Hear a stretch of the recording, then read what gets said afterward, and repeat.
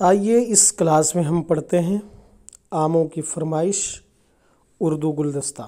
अकबर इलाहाबादी की एक बहुत ही प्यारी नज़्म, बहुत ही मशहूर व मारूफ और प्यारी नज़्म है आमों की फरमाइश। अकबर इलाहाबादी कहते हैं कि नामाना कोई यार का पैगाम भेजिए, नामाना कोई यार का पैगाम भेजिए, इस फसल में जो भेजिए बस आम भेजिए, इस फसल में बस जो भेजिए बस सिर्फ आम भेजिए। ऐसे ज़रूर हो कि उन्हें रख के खा सकूं, ऐसे ज़रूर हो कि उन्हें रख के खा सकूं। पुख्ता अगर हों 20 तो 10 खाम भेजिए, खाम मतलब कच्चा आम भेजिए 20।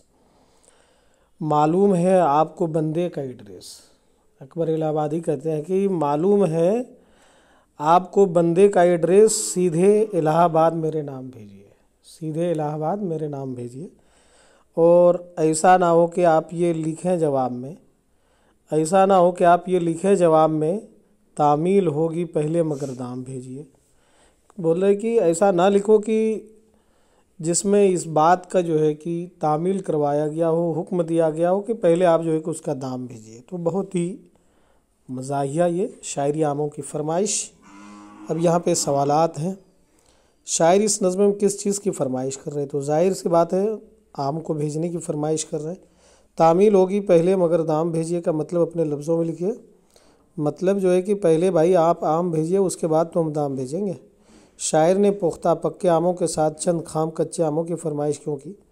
ताकि वो जो है कि ज़्यादा दिनों तक रह सके और धीरे धीरे पके, ताकि वो खा पी सके। मुख्तलिफ़ आमों की तस्वीरें बनाकर उनमें रंग को भरना है। तो दोस्तों ये रही आमों की फरमाइश, अकबर इलाहाबादी की बहुत ही प्यारी नज़्म। अगर आपको हमारा ये चैनल पसंद आता है तो आप हमारे चैनल को सब्सक्राइब करें, लाइक करें और अपने दोस्तों के साथ इस प्यारी नज़्म को शेयर करें। शुक्रिया। फिर मिलते हैं हम आपसे दूसरे वीडियो के साथ। जब तक कि आप हमें दीजिए इजाज़त। खुदा हाफिज़।